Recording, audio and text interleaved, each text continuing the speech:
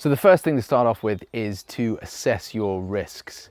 This is a combination of the risks that the personal people in the household are going to be experiencing day to day. Say, for instance, if you're working in a high risk environment like a hospital, or somewhere where you're interacting with people face to face every day, that is an example of somewhere where you would have a higher risk profile, and you might need to take slightly more precautions than somebody in the house who is able to just stay there, is able to work from home and doesn't need to go out too much. You're effectively looking at it as a kind of chain, and the weakest link of the chain would be able to affect everyone if certain processes aren't put in place.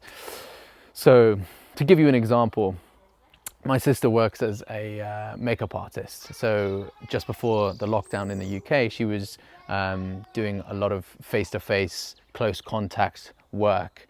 So we basically had to, assess the risks of everyone in the house. And obviously she had a much kind of higher risk profile. So she was taking extra preventative measures when she was coming back to the home before she eventually shut it down.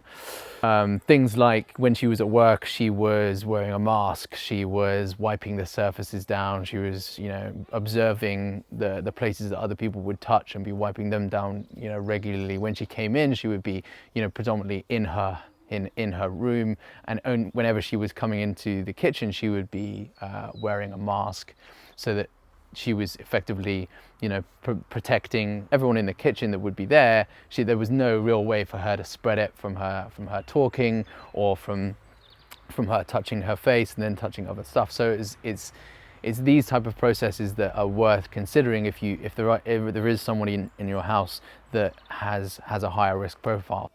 So yeah, this is just a couple of the processes that I went through. I will try and break some of these down a little bit into how you can practically kind of go through them, and I'll share some of the information of what processes that we went through, and hopefully that might be helpful. Also, if you need some resources on how the virus, what the characteristics of the virus are, what type of preventative measures there are out there at the moment, then I do have a resource page which is linked in the description. So if you do want to go check that out, then I've got some, that's where I keep all the articles or whatever I get my information from.